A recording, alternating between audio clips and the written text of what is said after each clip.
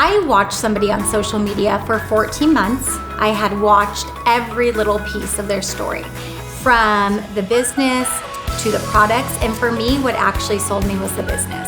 I didn't think I needed the products. I was like, whatever it is, it can only help me.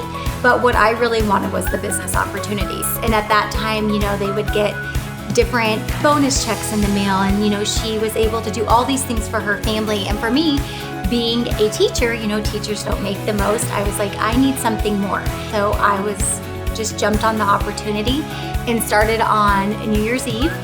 And from there, things just progressed very quickly in my business. I started to feel amazing, the energy.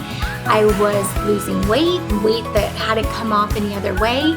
And so it was just the perfect mix of business and product.